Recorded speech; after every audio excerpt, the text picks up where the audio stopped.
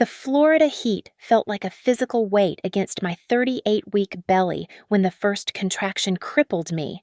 I gripped the door handle, my palms slick, but the key refused to turn. The lock was solid. Inside, the television was blaring. I pounded on the wood, gasping for air. Then my phone buzzed with a message from my husband that read, "Do not make a scene." He had locked me out while I was in labor. My name is Brianna Cole, and at 34 years old, I stood on my front porch in the suffocating heat of Lake Haven, Florida, about to learn that the person I vowed to love forever had decided to erase me. The humidity was oppressive, a heavy blanket that made the air thick enough to chew. Sweat ran down my spine, soaking into the back of my maternity dress.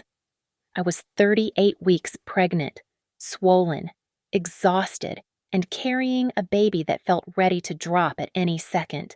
The afternoon sun beat down on the pavement behind me, baking the world into a shimmering haze. Then the pain hit. It was not a gradual build, but a sudden, violent seizure of my lower muscles that stole the breath from my lungs. I gasped, clutching the porch railing as warm fluid gushed down my legs, soaking my socks and pooling around my sandals. My water had broken. Panic, sharp and primal, spiked in my chest. I fumbled for my keys, my fingers trembling so badly I dropped them twice before finally jamming the brass key into the lock. It slid in perfectly, but it would not turn. I frowned, blinking through the sweat stinging my eyes. I tried again, twisting the metal with both hands until the ridges bit into my skin. The cylinder was frozen solid. It felt like the wrong key, but I knew for a fact this was the only key I had ever used. "Silas," I screamed, pounding my fist against the white wood. "Silas, open the door. It's happening." The house remained shut tight. Through the solid oak, I heard the distinct murmur of the television. It was the game show my mother-in-law, Marjorie, watched every afternoon at 3 o'clock. I pressed my ear to the wood. I heard a laugh. It was Marjorie's laugh, dry, sharp, and utterly unconcerned. Then came the sound that stopped my heart. Click. It was the distinct, heavy snap of the deadbolt sliding into place from the inside. They were not asleep. They were not ignoring me. They were locking me out. I pulled my phone from my purse with shaking hands and dialed my husband. The ringback tone sounded 3 times before he picked up. "Silas, the door. I think the lock is jammed," I cried, my voice cracking as another contraction began to tighten around my waist. "My water broke. I'm on the porch. Please open the door." His voice was terrifyingly calm, detached, as if he were speaking to a telemarketer rather than his wife giving birth. "If you are really in labor," Silas said, "then drive yourself to the hospital. Do not make a scene. You are upsetting my mother." "What, Silas? I can't drive. I'm in pain. Please, stop the drama. Brianna." He cut me off. "Call us when you are admitted. Don't come back until you are calm." The line went dead. I stared at the screen, unable to comprehend the cruelty. The pain doubled me over again, and I sank to the welcome mat, groaning. Brianna. I looked up through a haze of tears to see Tessa Lang, my neighbor, running across her lawn. Her eyes widened when she saw the puddle beneath me. "Oh my God, are you—" Tessa knelt beside me, her hands hovering, unsure where to touch. "He won't open the door," I gasped, clutching her arm. "Call 911. Please, just call 911. Tessa looked at the silent house, then at me, her face hardening. She pulled out her phone and began shouting instructions to the operator. I lay there on the concrete, listening to the sirens wailing in the distance, getting louder and louder. Throughout the entire ordeal, the front door of my house never opened. The blinds never twitched. By the time the paramedics loaded me onto the stretcher, the humiliation was burning hotter than the Florida sun. As they hoisted me up, my phone buzzed in my hand. It was a text message from Silas. "You are embarrassing the family." I stared at the words. The tears that had been streaming down my face suddenly stopped. The fear that had been gripping my throat evaporated, replaced by a cold, metallic rage. He was worried about embarrassment while his son was trying to enter the world. As the ambulance doors began to close, shutting out the view of the house I paid for, I made a decision. I unlocked my phone and opened my banking app. My thumb hovered over the joint checking account, the account holding the $50,000 of savings I had accumulated from my bonuses over the last 5 years. Silas had access to it. Marjorie had been using it for her expenses. With a steady hand, I tapped security settings. Then I selected freeze all accounts. The ambulance doors slammed shut with a heavy thud, sealing me inside the cool, sterile interior. Silas and Marjorie thought they had locked me out to teach me a lesson about submission. They thought they held all the keys. But as the siren blared to life, I realized they were wrong. They had just locked themselves inside a trap, and I had just thrown away the only way out. If Silas wanted to take everything from me, I would make sure he lost the very things he thought were guaranteed. 3 years ago, I was not a woman who could be locked out of her own home while in labor. I was the operations analysis manager at Ridgepoint Supply Dynamics, earning a 6-figure salary and commanding a team of 15 people. I bought the house in the Willowgate district with a down payment I had saved dollar by dollar. Signing the deed with a hand that never shook, I was sharp, independent, and proud.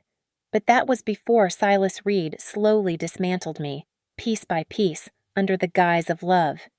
Silas entered my life playing the role of the steady, protective partner.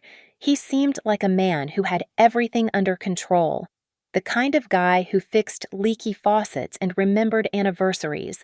I fell for the safety he promised. I failed to notice that his stability was actually dependency. He never made a decision without a phone call first. Mom said, "We should look at the variable rate mortgage," he would say. Or, Mom thinks, "That car is not safe enough for you." Marjorie Reed did not visit our home. She occupied it. I never gave her a key. One afternoon, I came home early from the office to find her in my kitchen, rearranging my pantry. She had thrown out my organic spices and replaced them with the generic brands she preferred. When I confronted her, she just smiled that tight, condescending smile. "Oh, Brianna, don't be so sensitive," she said, dusting flour off her hands. "I am just helping you run a more efficient household. You are always so busy with work. You miss the little things." The erosion of my financial independence was even more subtle. 6 months into our marriage, Silas suggested he take over the household accounts. "You stare at spreadsheets all day at Ridgepoint." "Honey," he said, rubbing my shoulders while I sat exhausted at the dining table, "let me handle the bills. It is the least I can do to support your career." I was tired. I trusted him. So I handed over the login credentials for the electric bill, the water, the internet, and finally, the joint checking account. Slowly, the passwords changed. If I asked for them, he would sigh and say he had updated them for security and would write them down later. Later never came. When I got pregnant, the dynamic shifted from control to dismissal. They labeled me. I was no longer an analytical manager. I was a hormonal vessel. If I questioned a withdrawal from our account, Silas would laugh and touch my forehead. "Baby brain is hitting you hard today, isn't it?" he would tell our friends at dinner parties. "She forgets things constantly now. It is cute, in a way." The dehumanization peaked at my 20-week ultrasound. Marjorie insisted on coming along. When the doctor asked how I was managing my stress levels, I opened my mouth to speak. But Marjorie cut in. "She is fine." "Doctor," Marjorie said, leaning forward. "A little emotional, but we are making sure she eats right. The baby is the priority." I sat there on the paper-covered table, exposed and silent, realizing I had become invisible in my own medical appointment. The wake-up call finally came 2 months ago. Silas had left his phone on the coffee table while he went to the garage. It chimed with a text message. I glanced down, expecting a notification from his boss. Instead, I saw Marjorie's name. Keep her soft. After the birth, she will sign anything. I froze. The words burned into my retinas. Keep her soft. They were not worried about my health or the baby. They were waiting for a moment of weakness to get something from me. I did not confront him. I did not scream. I reverted to the person I used to be at Ridgepoint. I went into audit mode. That night, I created a secret email account protected by two-factor authentication. I started forwarding every suspicious email I could access. I took screenshots of texts where Silas gaslit me about money. I built a timeline of every time Marjorie entered the house without my permission. I realized then that the trap was not a single slamming door. It was 1,000 tiny cuts, inflicted so slowly I had not realized I was bleeding out until it was almost too late. They thought they had broken me down enough to steal my life, but they forgot that before I was a wife. I was a manager who knew how to spot a bad investment, and Silas Reed was about to become a liability I needed to liquidate. The numbers on the bank statement did not lie, but they whispered a story I was only just beginning to hear. I sat at the kitchen island with my highlighter, the cold light of the laptop screen illuminating the dark room. My finger traced the line items with the precision of a forensic accountant. I found them buried between grocery runs and gas station fill-ups. There were transfers to entities listed as IMSAR Care Solutions, Family Relief, and Consulting Deposit. They were small enough to avoid immediate suspicion. $200 here, $350 there, but they appeared with a rhythmic, mechanical frequency. When I had asked Silas about them 2 days prior, he had not even looked up from his phone. Those are for Mom, Silas had said, his tone dismissive. She bought the crib, the high chair, and all the clothes. I am paying her back in installments because I didn't want to hit our savings all at once. God, Brianna, why do you have to be so calculating about everything I am not being calculating? Silas, I had replied, trying to keep my voice steady. I am just saying the totals don't match. This is over $4,000 in 3 months. Stop auditing kindness. Brianna, he had snapped, finally looking at me with genuine irritation. My mother is doing everything for us. Do not insult her by treating her like one of your vendors at work. I had dropped the subject then, but I did not drop the investigation. I looked at the pile of baby gear Marjorie had brought over. The crib was a floor model with a scratch on the rail. The clothes still had orange clearance stickers on the tags that she had clumsily tried to peel off. I did the math in my head. The value of the goods sitting in the nursery was maybe $600. The amount leaving my bank account was 7 times that. I opened my work laptop, bypassing the home network's shared drive. I created a new spreadsheet and named it something innocuous nursery plan. In column A, I logged the date. In column B, I entered Silas's excuse. In column C, I entered the reality. Every transaction, every timestamp, every discrepancy went into the file. It was the only way I could keep my sanity when they were trying so hard to convince me I was losing it. Then came the mail. I signed up for the Postal Service's digital preview feature, which emailed me scans of the envelopes arriving that day. On a Tuesday morning, I saw a scan of a red envelope from our bank marked Urgent Action Required. I waited by the door, but when I checked the mailbox at 5 o'clock, the red envelope was gone. The junk mail was there. The bills were there. The urgent notice was missing. I walked into the kitchen and found Marjorie standing by the shredder. She jumped slightly when she saw me, sliding a folded piece of paper into her purse. Marjorie, I asked, staring at her bag. Did we get any mail today? She smiled, that tight, pitying smile she reserved for me. Oh, honey, just trash. I threw it out for you. You worry so much about papers. It isn't good for the baby to feel your stress. She was filtering my reality. She was curating what I saw and what I knew. That night, while Silas snored beside me, I slipped out of bed and went to the guest room. I logged into our bank account, my heart hammering against my ribs. I navigated to the profile settings. I wanted to see where the security alerts were being sent. My breath hitched. The secondary email address for security notifications was no longer my work email. It had been changed to Mareed Consult at a generic provider. It was her. Marjorie was getting the fraud alerts. Marjorie was approving the transfers. Silas had given her the keys to the vault. I did not scream. I did not wake Silas up to demand an explanation. The time for conversation had passed. I entered survival mode. I changed the password to a random string of 30 characters. I enabled two-factor authentication and linked it solely to my secret burner phone. Then, I went to the device management page.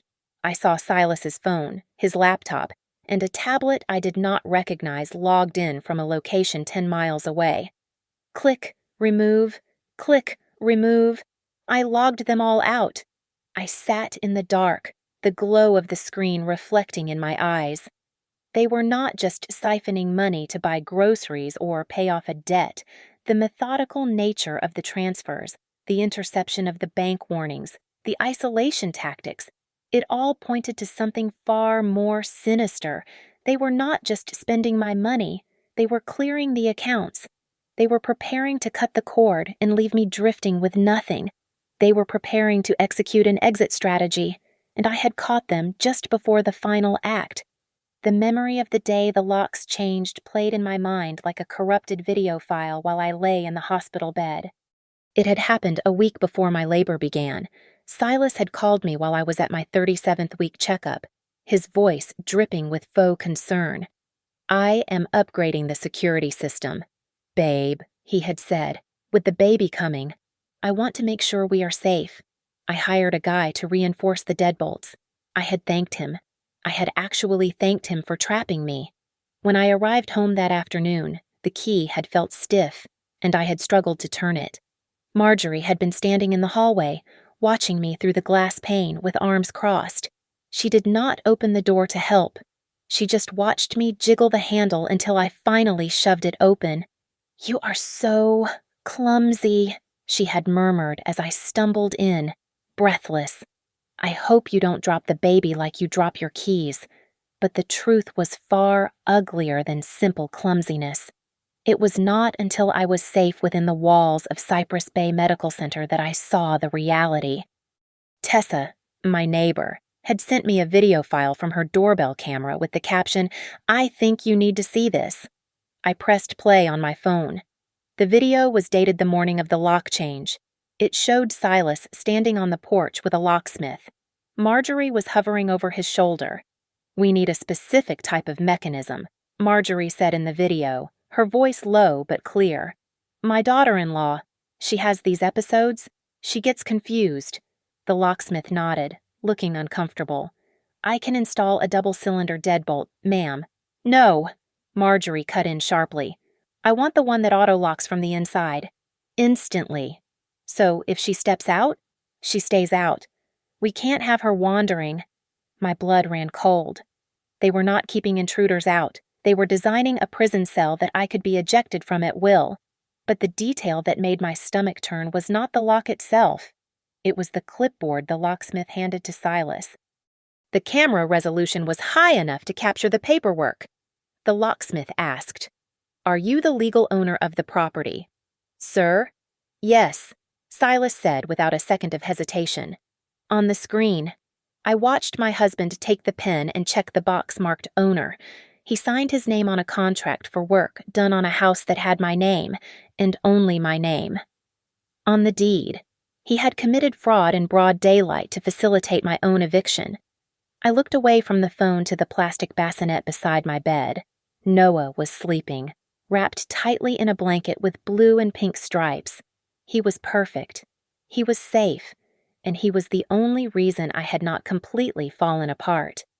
When I had arrived at the hospital, sobbing and soaked in amniotic fluid, I had grabbed the charge nurse by the scrub top. No visitors. I had begged her, my voice raw. My husband, his mother. "They are not allowed near me or my son. Call security if you see them." The nurses had listened. The room was quiet, save for the hum of the monitors, but my phone kept buzzing on the bedside table. Silas had stopped threatening me. His strategy had shifted. I picked up the phone and read the latest barrage of text messages. Silas, I know you are hormonal right now. Brianna. The doctor said this behavior is a sign of postpartum psychosis. Silas. Please let us help you. You are not thinking clearly. Locking the father of your child out of the birth, it is sick. Brianna. You need mental help. Silas. We are just worried about Noah's safety with you in this state. I let out a dry, humorless laugh that sounded more like a cough. It was brilliant. It was evil. He was no longer the angry husband. He was playing the concerned spouse dealing with a mentally unstable wife. He was creating a digital paper trail. If he took these messages to a judge, he could paint a picture of a woman who was erratic, vindictive, and unfit to be a mother. They were not just trying to take the house anymore. They were laying the groundwork to take my son. I did not reply.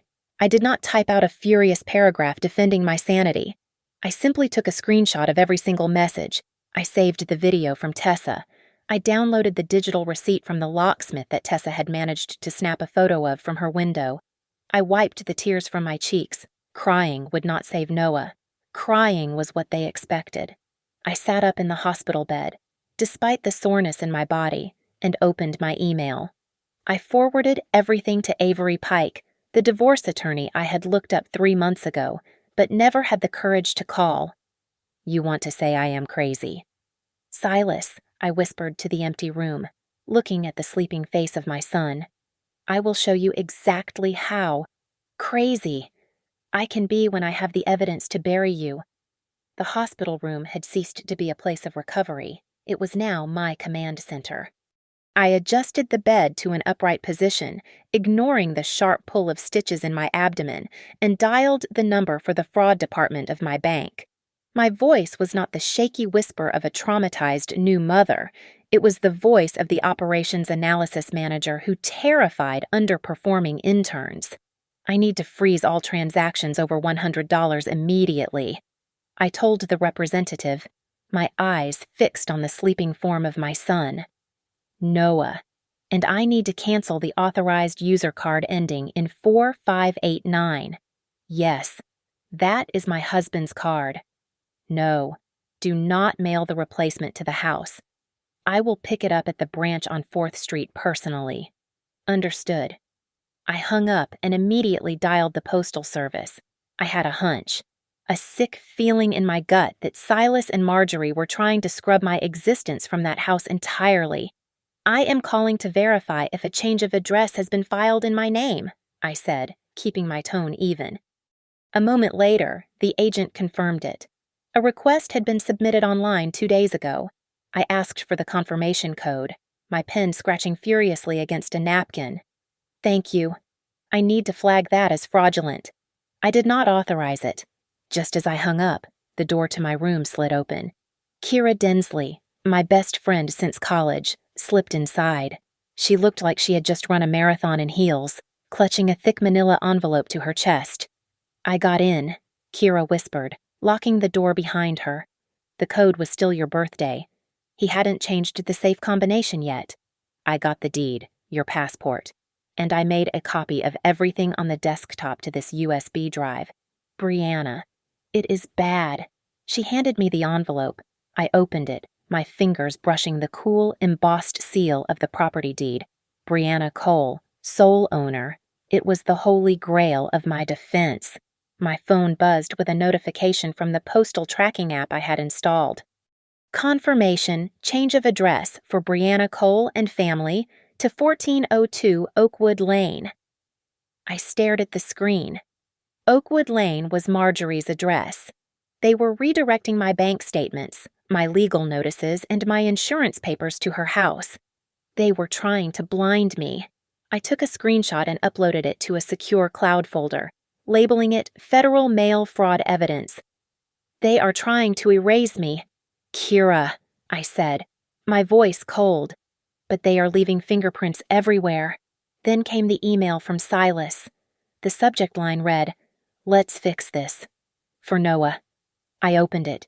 The body of the text was pleading, almost pathetic. Brianna, I am sorry about the locks. Mom was just worried. We want you to come home, but we need to make sure you have support. Please sign the attached agreement so we can start fresh. It is just a formality to show the insurance company we have a care plan. Attached was a PDF titled Family Support Agreement. I downloaded it and opened it on my phone, zooming in on the fine print. It looked like a standard separation of duties document until I reached Section 4. Paragraph B. Buried in legal jargon was a clause that voluntarily granted temporary guardianship and medical decision-making power regarding the minor child to Marjorie Reed for a period of 6 months due to maternal incapacitation and postpartum stress. If I signed this, I would be handing them my son. I tapped the Properties tab of the document to view the metadata. The author was listed not as Silas, but as M. Reed Desktop. She had written it. She had drafted the contract to steal my child and had her son send it to me like a peace offering. I looked at Kira. Hand me my other phone. I dialed the number for Avery Pike. She was the most aggressive divorce attorney in Lake Haven, known for leaving ex-husbands with nothing but their socks. This is the law office of Avery Pike. The receptionist answered. My name is Brianna Cole, I said, my voice steady and hard as steel. I need to retain Ms. Pike immediately. I have evidence of financial abuse, attempted mail fraud, and conspiracy to commit custodial interference via a fraudulent legal document, and I have the metadata to prove it. There was a pause on the line, followed by the sound of typing. Hold for Ms. Pike. I looked down at the PDF on my screen, the cursor blinking next to the signature line where they expected me to sign away my rights. He wants my signature, I whispered to the empty air, a dark satisfaction settling in my chest. I will sign something, but it will be the thing that leaves him no room to escape. The war moved from the shadows to the public square less than 2 hours after Noah was born. Kira handed me her phone, her face pale with rage. On the screen was Marjorie's Facebook profile. She had posted a photo of Silas looking distraught, sitting at their kitchen table with his head in his hands. The caption read, "Please pray for our family. Our daughter-in-law has suffered a psychotic break and has kidnapped my grandson. She is refusing to let the father see his child. We are heartbroken and just want to bring little Noah home to safety." Below it, the comments from my husband's extended family were already piling up. She always seemed unstable. One aunt wrote, "Call the police." Marjorie wrote another. "They are trying to destroy your reputation before you even leave the hospital," Kira said, her thumb hovering over the report button. Before I could answer, a commotion erupted in the hallway outside my room. I heard shouting. I heard the heavy thud of security doors being forced. "I have a right to see my son." It was Silas. Kira immediately hit the record button on her phone and cracked the door open just an inch. Through the gap, I saw Silas arguing with 2 large security guards. Marjorie was behind him, her face twisted in a mask of fury that did not match the sad grandmother she was playing online. "You cannot keep us out!" Marjorie shrieked, pointing a manicured finger at the nurse blocking her path. "She is unfit. She is hysterical. Ma'am, you need to lower your voice or we will escort you out," the guard warned. "Do not tell me what to do." Marjorie lunged forward, and when the guard stepped in her way, she lost her composure entirely. "That baby is a Reed. She is just a vessel. The baby belongs to the family." Kira gasped softly but kept the camera steady. Marjorie had just said the quiet part out loud. She had reduced me to nothing more than a biological container. I texted the video file instantly to Avery Pike. Her response came within 30 seconds. "This is gold. Filing for an emergency restraining order now. I am also filing for temporary sole custody based on immediate threat of abduction." While Avery handled the court, I went to work on the corporate front. I dialed the Human Resources Department at Ridgepoint Supply Dynamics. "Linda, this is Brianna Cole," I said, keeping my voice professional despite the trembling in my hands. "I need to make an immediate change to my personnel file. Silas Reed is to be removed as my emergency contact, effective immediately. Furthermore, I need to inform security that he is a threat to my safety. He is not permitted on company grounds. Oh my God. Brianna, are you okay? Linda asked.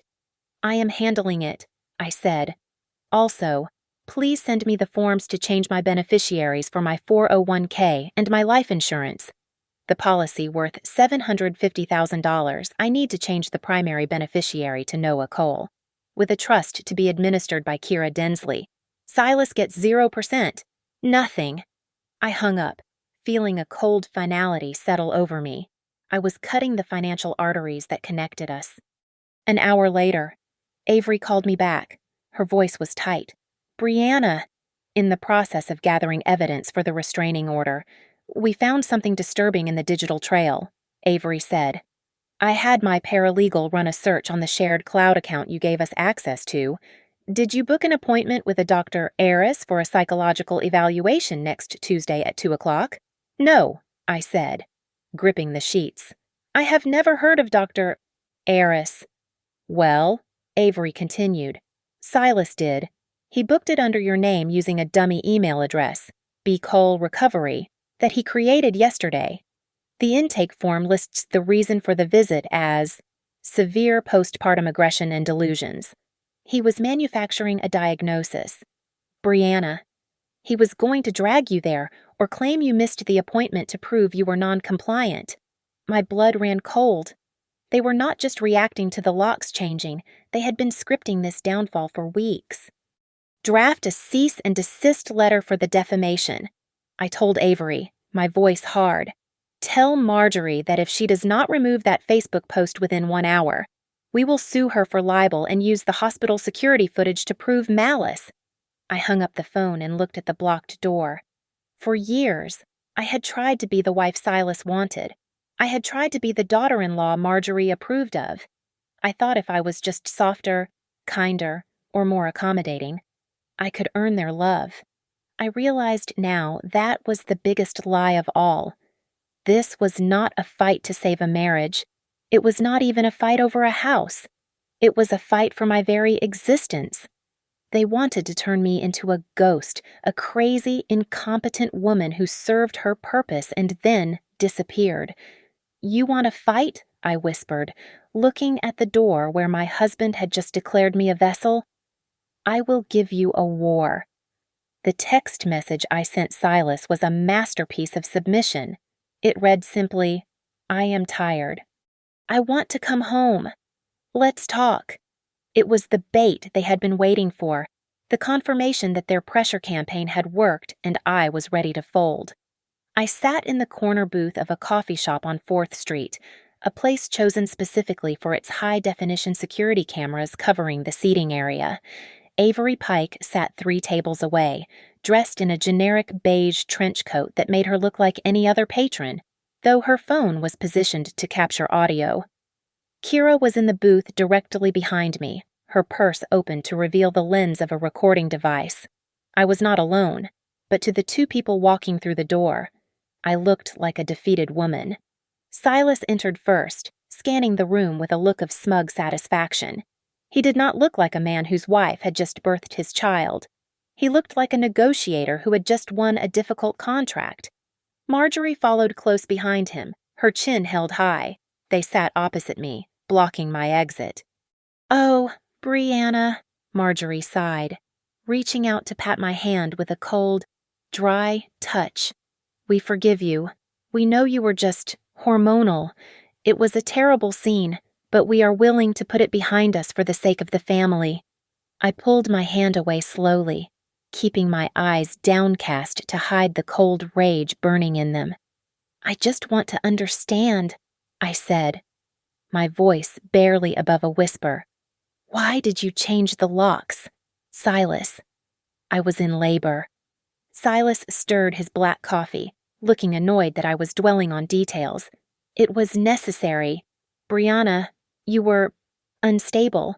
I needed to secure the house so Mom could arrange things properly for Noah. We couldn't have you wandering in and out while you were sick. But the house is in my name, I said, sliding a photocopy of the deed across the table.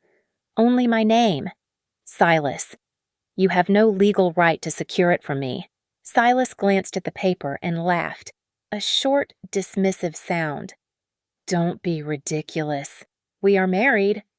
What is yours is mine. I can sign for you if I need to. It is the same thing. The air around the table seemed to freeze. He had just admitted to a willingness to commit forgery based on a misunderstanding of marital property law. Actually, a sharp voice cut through the noise of the espresso machine. Avery Pike stood up and walked over, placing her business card on the table with a decisive snap. It is not the same thing. Mr. Reed, it is fraud. And you just confessed to intent on a recording. Silas paled, his eyes darting from Avery to me. Marjorie stiffened, her face turning a blotchy red. Who is this? Marjorie demanded. This is a private family meeting. I am Brianna's attorney, Avery said, her voice projecting clearly for the cameras. And this meeting is evidence. I reached into my bag and pulled out the final nail in their coffin. I laid down the scanned images of the envelopes I had tracked, the ones from the mobile notary service and the property transfer kit that had arrived the day before the locks changed. You weren't just arranging the nursery. Marjorie, I said, looking her dead in the eye. You were preparing to transfer the deed. You thought if I was medicated enough or tired enough, I would sign the quitclaim you hid in those papers. Silas stared at the photos, his mouth opening and closing like a fish. The ambush was total. You set us up. Silas stammered, his voice rising. You are crazy. Come on, Silas, Marjorie hissed, grabbing his arm and standing up abruptly. We are not talking to her. We are going home. I remained seated, watching them scramble to gather their dignity. You can leave the table, I said, my voice steady and loud enough for the nearby patrons to hear. But you are not going home. I had the locks changed again this morning, and unlike you, I am the owner. You don't have a key that works anymore. Silas stopped dead in his tracks. The realization hit him that he was effectively homeless. Marjorie looked at me with pure hatred, but the fear behind her eyes was undeniable as they stormed out of the shop, defeated and locked out. Avery tapped her phone screen. I am filing the motion for exclusive possession of the marital residence right now, Avery said calmly. By the time they call a locksmith, the judge will have signed the order barring them from the property. I did not return to the house on Willowgate that night. I knew Silas and Marjorie well enough to know they would be waiting for me, likely with a locksmith of their own or a sob story prepared for the neighbors. Instead, I checked into a long-term stay hotel on the edge of town, booking the room under Kira's name and paying with cash I had withdrawn days ago. I needed to be invisible. I needed to be a ghost until the gavel came down. From the safety of the hotel room, I opened the smart home app on my phone. I had coordinated with the Homeowners Association's recommended locksmith earlier that afternoon. He had replaced every mechanical lock with high-end smart locks that I controlled directly from my device. Kira held the only physical backup key, which was currently sitting in her safe across town. At 7 o'clock, the notification popped up on my screen. Motion detected at front door. I tapped the video feed. Silas was standing on the porch, looking exhausted but determined. He shoved his key into the lock. It didn't turn. He frowned, pulled it out, and tried again with more force. When the door refused to budge, he stepped back and kicked the base of the frame. "Open the door, Brianna!" he shouted, assuming I was inside cowering. When silence was his only answer, he pulled out his phone. I switched to the audio feed and heard him dialing 911. My wife has locked me out, Silas told the dispatcher, his voice trembling with a practiced fragility. She has our newborn inside. She is having a breakdown. I am afraid for my son. 10 minutes later, a patrol car pulled up. The blue and red lights washed over the front lawn, illuminating Marjorie's car as she pulled into the driveway right behind the police. She jumped out. wailing before her feet even hit the pavement. My grandbaby Marjorie screamed, rushing toward the officer. "She has stolen him! She is sick!" I watched the officer, a calm man who looked like he had seen enough domestic disputes to last a lifetime, hold up a hand. "Sir, is this your residence?" the officer asked Silas. "Yes," Silas said, straightening his shirt. "My wife is inside." "You need to break the door down." "Let me check the residency records," the officer said, tapping on his tablet. He paused, frowning. "Sir, the property records show a Brianna Cole as the sole owner." "Your name is not on the deed." "We are married," Silas snapped. "It is marital property." I pressed the microphone button on my app. My voice boomed from the doorbell speaker, startling them all. "Officer," I said, my voice crisp and clear through the digital connection. "My name is Brianna Cole. I am the owner, and I am not inside. I am currently in a secure location because my husband, that man standing next to you, locked me out of this house 7 days ago while I was in active labor. If you check your dispatch logs, you will see a call from this address for an ambulance where the patient was found on the porch." Silas turned pale, staring at the camera lens as if it were a gun barrel. "She is lying!" Marjorie shrieked, lunging toward the door. She is delusional. "Open this door."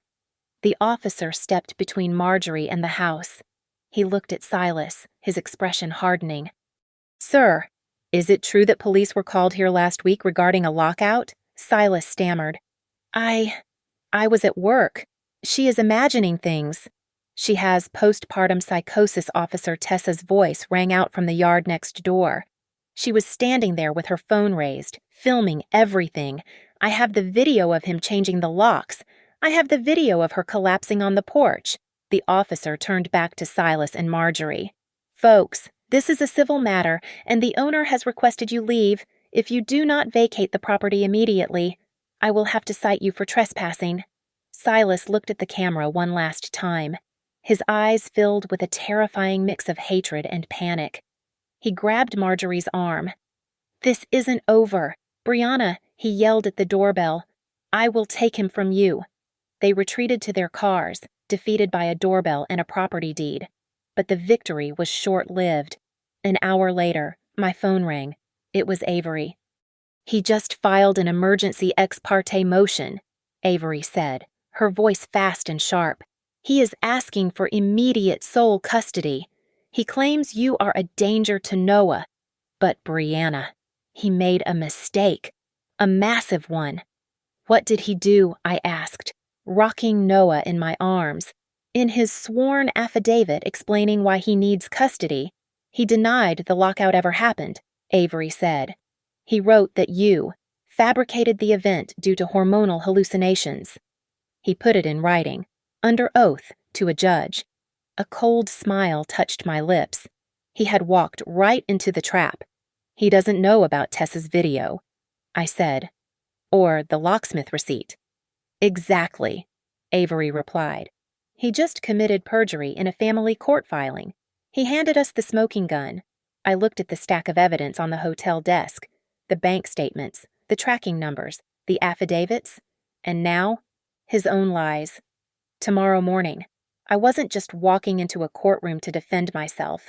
I was walking in to dismantle him. I had the perfect report, and I was ready to present my findings. The hotel suite had been transformed into a command center. Avery Pike stood before a whiteboard where she had taped a chronological printout of the last 2 weeks. It looked less like a divorce preparation and more like the evidence board for a racketeering case. She uncapped a red marker and drew a straight line connecting the events. "It is a perfect chain of custody for malice," Avery said, tapping the board. "First, he changes the locks. Then, he blocks the mail. Then, he switches the email recovery address. Then, the physical change of address form. Then, the guardianship PDF. Then, the scene at the hospital. And finally, this fraudulent petition for emergency custody claiming you are the unstable one. He is not just reacting, Brianna. He is executing a script. I sat at the desk, looking at the affidavit Avery's paralegal had just emailed over. We had the sworn statement from the EMT who treated me on the porch. He confirmed finding me in active labor, locked out, with no one answering the door despite the television being audible. We had Tessa's video file, but the smoking gun was the invoice Tessa had snapped a photo of. "Look at this signature," I said, pointing to the image on my screen. He checked the box for property owner. He signed his name under the penalty of perjury that he had the right to modify the structure. That is proof of intent to deceive a contractor and illegally evict a spouse. "It gets worse," Kira said from the couch, where she was combing through the metadata of the services I had paid for. I ran the routing number for that MR Care Solutions account you found. It is not a business account, Brianna. It is a personal joint checking account held at a regional bank in Nevada. Nevada, I asked, frowning. "Why Nevada?" "Because that is where Marjorie's sister lives," Kira replied. "And guess whose names are on the account Silas Reed and Marjorie Reed? They were funneling your salary into an out-of-state account that they thought you could not touch. I am filing an emergency motion to freeze that asset immediately," Avery said, typing furiously on her laptop. "And I am attaching a request for a forensic accounting audit of all marital funds going back 5 years. If they bought so much as a stick of gum with your money in Nevada, I will find it." But the final blow did not come from the bank records. It came from a background check Kira had been running on Silas's known associates. She turned her laptop around to face me, her expression grim. "You know how Silas always said Callie Wynn was just a work sister who mentored him?" Kira asked, her voice soft.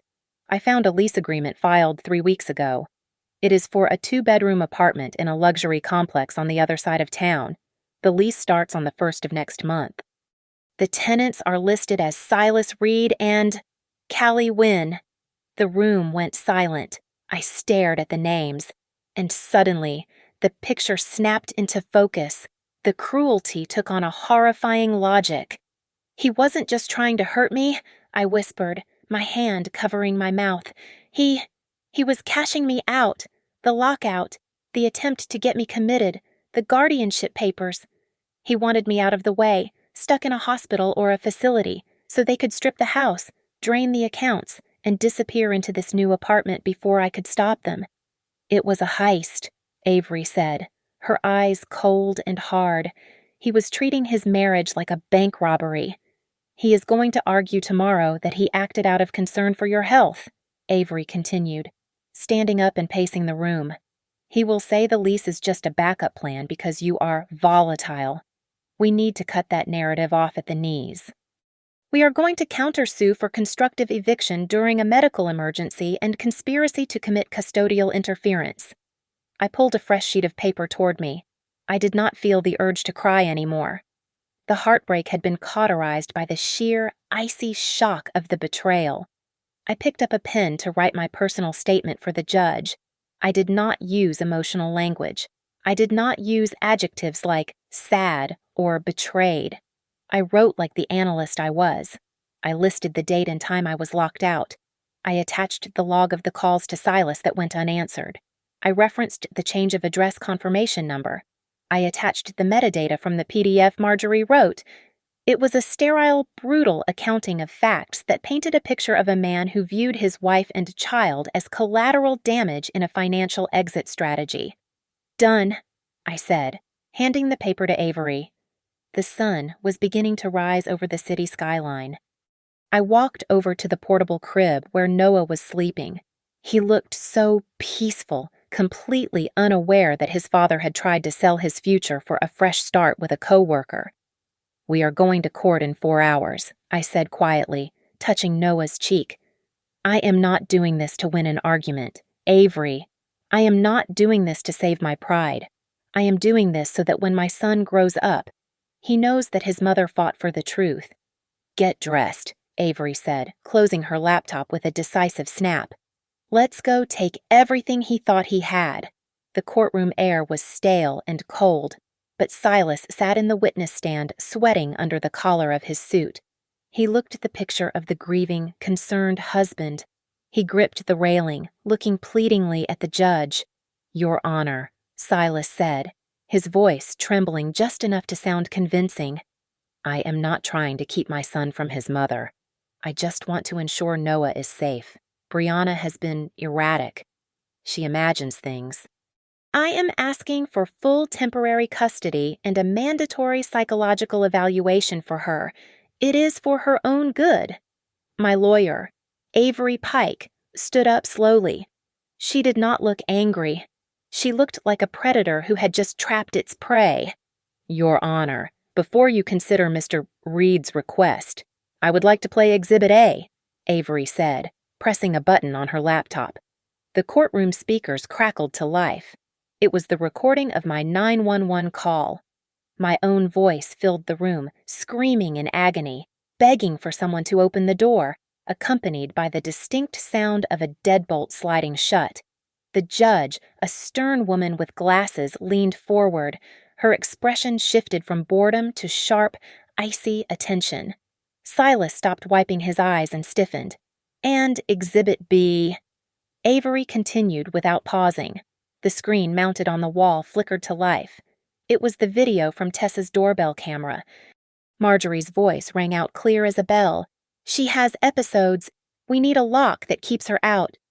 Then—" The image zoomed in on the paperwork Silas was signing. "Mr. Reed," Avery said, her voice cutting through the silence. "Is that you checking the box for property owner on a home you do not own? I was confused," Silas stammered. "It was a stressful day." "Let's ask your mother about stress," Avery said.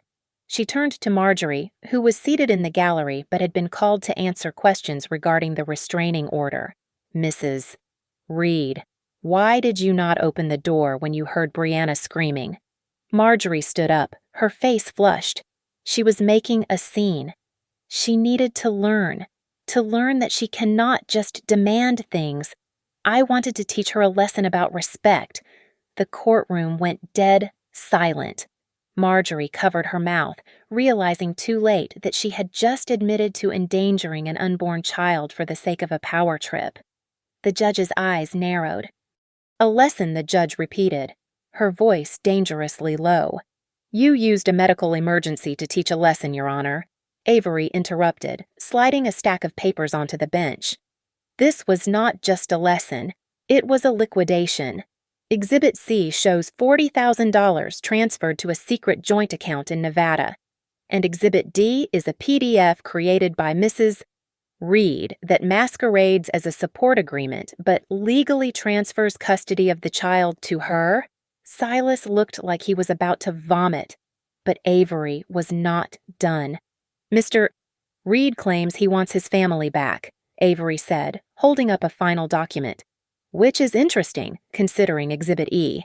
This is a 12-month lease for a luxury apartment starting next week. The tenants listed are Silas Reed and a Ms. Callie Wynn." A gasp rippled through the small audience. Silas turned white. He opened his mouth to speak, but the doors to the courtroom opened. A young woman walked in, flanked by a bailiff who had served her a subpoena that morning. It was Callie. She looked terrified. "Ms. Wynn?" Avery asked from across the room. "Did Mr. Reed tell you he was reconciling with his wife?" "No," Callie said, her voice shaking. He told me the house was his. He said she was mentally ill and was going to be committed, so we could move in once the legal stuff was done." The lie unraveled instantly. Silas sank back into his chair. Defeated, the judge did not need to hear any more. She slammed her gavel down with a sound like a gunshot. "Mr. Reed's motion is denied with prejudice," the judge declared. "I am granting full temporary custody to Ms. Cole. I am issuing a 5-year restraining order against Marjorie Reed. Furthermore, I am granting Ms. Cole exclusive possession of the marital residence effective immediately. Mr. Reed, you have 2 hours to collect your personal effects, under police supervision. Any attempt to access the bank accounts will be treated as contempt of court." The bailiff moved to escort Silas out. As he passed by my table, he leaned in, his face twisted with malice. "This isn't over," he hissed. "I told you. I'll take everything from you." I looked him dead in the eye. I didn't blink. I didn't flinch. "You didn't take anything." "Silas," I said calmly, "you just handed me everything. You gave me the truth. You gave me the house. And you gave me my freedom. Goodbye." I gathered my files and walked out of the courtroom into the bright Florida sun. I checked my phone. The smart locks were active. The accounts were frozen. My son was safe. I took a deep breath, tasting the air that finally felt like my own. Thank you so much for listening to my story. Please comment below and let me know where you are listening from. I would love to hear your thoughts. Don't forget to subscribe to Victoria Revenge Stories, like this video, and hit the hype button so more people can hear this story.